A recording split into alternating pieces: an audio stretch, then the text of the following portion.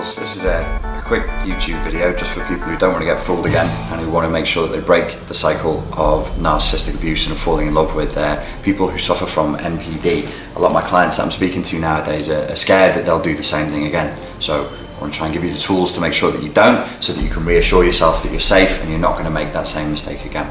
One of the first things that we need to ask ourselves is this: were your parents emotionally abusive? And particularly, were you punished for self-championing? That means as a child, if you ever stood up for yourself or demanded what you wanted, were you punished for that?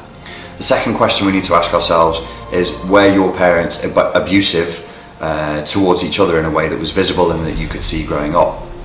If you answered yes to both of those questions, you might want to look into two things, because you might be addicted in some horrible way to being in love with emotionally abusive people. Number one, you need to check to see if you have the 15 personality traits of people pleaser syndrome. People who suffer from people pleaser syndrome are very open to being bullied and frequently find themselves the victims of emotional abuse more than anybody else around them. The 15 personality traits are put in there through emotional abuse delivered by parents in childhood.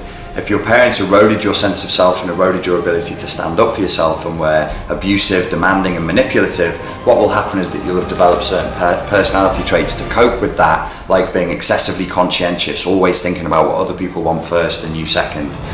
By being excessively neurotically naive. This is a deep and dark one.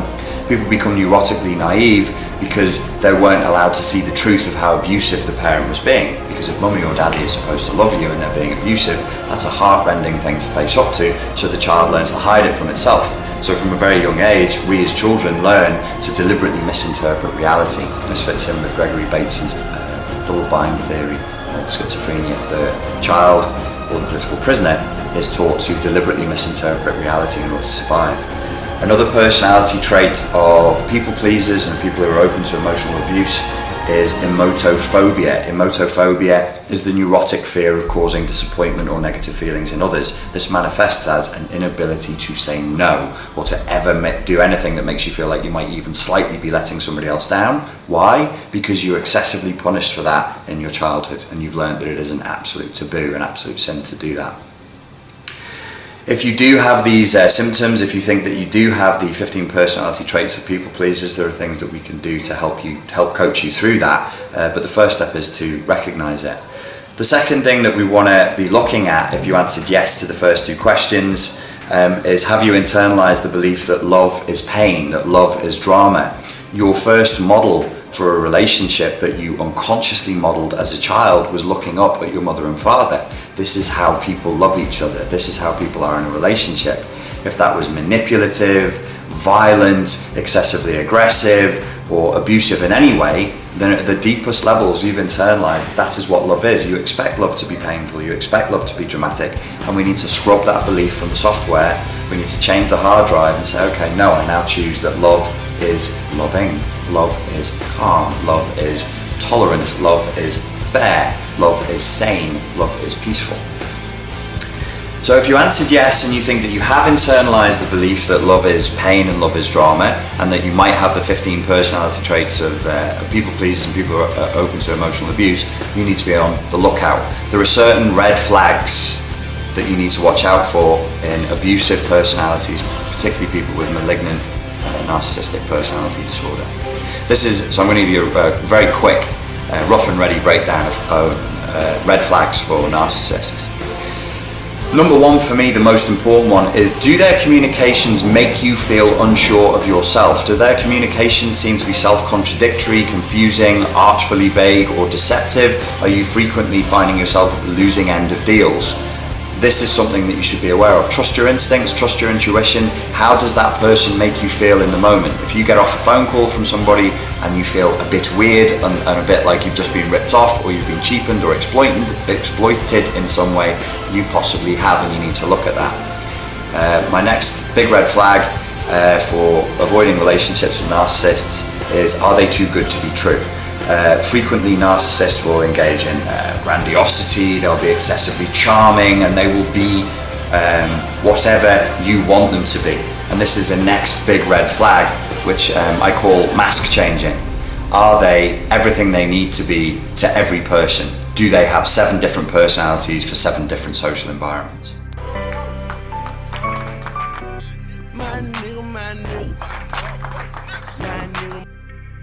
The next big red flag is, are they preoccupied with a fantasy of who they are? Do they talk about themselves in idealized terms? Do they talk about a fantasy of a romanticized and idealized heroic self? If so, this is a big red flag.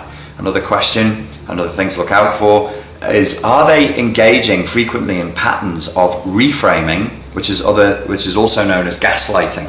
Reframing is a technique that NLP uses where if you change the context of a scenario, you change its meaning without changing the content. That means you punch me in the face and I go, ow, why did you punch me in the face? And then you say to me, I didn't punch you in the face, I stroked you with my knuckles. I actually had somebody do that with a dog. A dog bit me in the park once when I was running, and he bit me on the arse hard enough that it drew blood. And I said to the owner, your dog bit me. And he said, no, he didn't bite you. He just brushed you with his teeth in a way that punctured your skin. That's reframing. So if somebody cheats on you, or if somebody steals from you, stealing from you, no, I didn't steal from you, I borrowed from you. Or you told me I could have that money. That's gaslighting. That's less reframing. Gaslighting is more just like lying. You told me you could have that money. Did I? Yes, I distinctly remember the conversation where you said I could have it. Are you sure? Yes, I'm absolutely 100% sure. And they'll lie to your face with full eye contact, sincere face, total conviction. You said I could have that money. And they're so convincing, and you're so in love with them, the hook is so deep in you. Well, that looks rude. The hook is so deep in you, that you want to believe them. In fact, you need to believe them, because if the show stops, then your reality will crumble and it will be very painful. You fear the pain of breaking up with a narcissist, and you should, because it is a very, very painful experience. Not only the loss of love, the loss of friendship, but to realize that the whole thing was based on artifice and lies.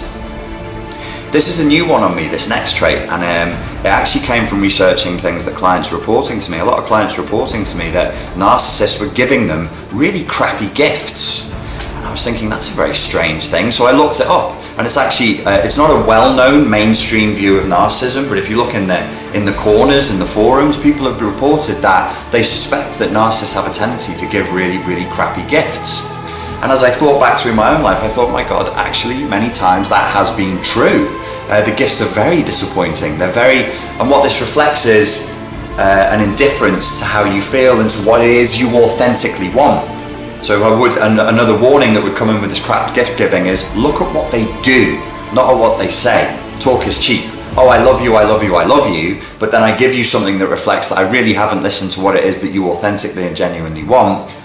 Then that reflects a different layer of reality, two different levels of communication that conflict with each other, which is why being in a relationship with narcissists is so damaging, because it damages your perception of self and it damages your ability to perceive reality properly. If I say I love you and then I give you a gift that blatantly shows that I haven't listened to anything and I really don't even know who you are, it's like a gift that was for somebody else, or it's just crappy, like an old thing that was just lying around the house, some second-hand object will frequently be given, then it shows, in truth, I really don't care about you, which is an essential component of malignant narcissism. They have no empathy.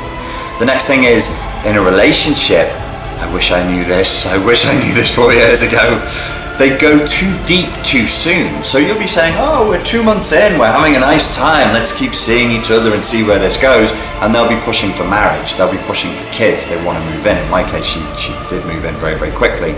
And yet at the same time was very, very secretive and wanted to keep a whole of the life going.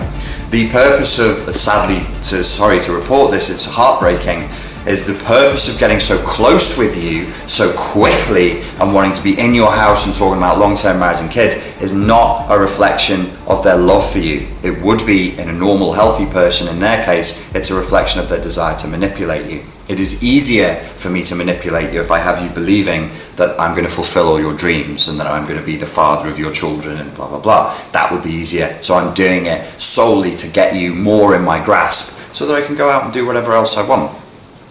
Not very nice. Sorry, don't shoot the messenger. We have to deal with the reality of this as it presents itself. Another trait that is very, very common is they're extremely negative and extremely critical of other people. Now, they're usually actually quite negative people anyway. They're usually in negative emotional states most of the time, I have found. but this particularly is they're very negative and highly hypercritical of other people, very bitchy, very backstabby. I'd like to talk about that more, but I'll do it in another video. I'll just fly through these for now. The next thing to look out for is a lack of respect for boundaries, not just yours, but other people's. Look out for people who, the way they treat, like if you take them out for a meal, look out for how they treat staff. Look out for how they treat people who they don't have to be nice to. You'll learn a lot more about a person by seeing how they treat a person when they don't, well, how they treat other people when they don't have to be nice to them. So also this manifests as a lack of respect for boundaries. This manifests as a lack of a sense of what is appropriate and what isn't. They're incredibly inappropriate people. Incredibly inappropriate. So if you're with somebody and they're frequently acting in a way that is either privately or publicly weird or inappropriate, especially in terms of boundaries, you're probably dealing with a narcissist. Another thing to remember is the narcissist is never wrong. If you've been hanging out with somebody for a couple of months and you've noticed they've never said sorry and they've never admitted that they were wrong, either to you or when they're telling you stories about other people, if a person is never wrong, then that is a classic sign of narcissism, because the narcissist believes themselves to be entirely perfect. In fact, their whole game relies on that one crucial point. They must be perfect, and if you threaten that, they will not only block you out of their lives completely, they will try and destroy you as well. So if you actually directly confront a narcissist, it can have very explosive results, because you're getting to the core of their little fantasy, and if you spoil that game, they'll come after you. The other thing to watch out for is a total lack of empathy, zero compassion, and this is where I spoke about in another video. You should give them the Good Will Hunting test, play them the DVD Good Will Hunting. If they don't get that film, or it's meaningless to them, or they're not moved by it, the whole film, the oxygen of the film, runs on empathy and compassion. Now they could say that they don't like it because they don't like Ron Williams or they don't like Matt Damon, but if they say that they don't understand what the film was about, what's the point of all this talk? What's the point of all this emotion and all this compassion stuff? I don't get it. Then it's highly likely that you're dealing with a narcissist. They don't feel those emotions like other humans do. They have to watch humans to observe how they act so that they can copy it. This was a theme that was covered in other elements of popular culture like Dexter, and particularly in Blade Runner, where they had something, Philip K. Dick, the author of the Blade Runner story Do Androids Dream of Electric Sheep, said the way to tell a replicant from a human being would be to give them a test of empathy called the Voight-Kampff test. The test that we can give them, you can either show them the Good Will Hunting DVD, or you can actually ask the question, is there any area of your life in which you need to grow or change? If you get a rage response, an extremely artificial response, or a shutdown response, these are not good signs. It's highly likely that you're dealing with somebody who has at least a touch of narcissistic personality disorder. So step 4, what do we do from here? If you are in the place where you're recovering from a narcissistic abusive relationship, the first thing you must do, if you don't want to repeat it, is you need to decide with commitment from the depth of your being, no more. I will never ever do this again, and I deserve more than this. Step number 5 is what? There's no magic secrets here. There's no pills you can take. You have to then having made the decision, take consistent, committed action over time. Get help.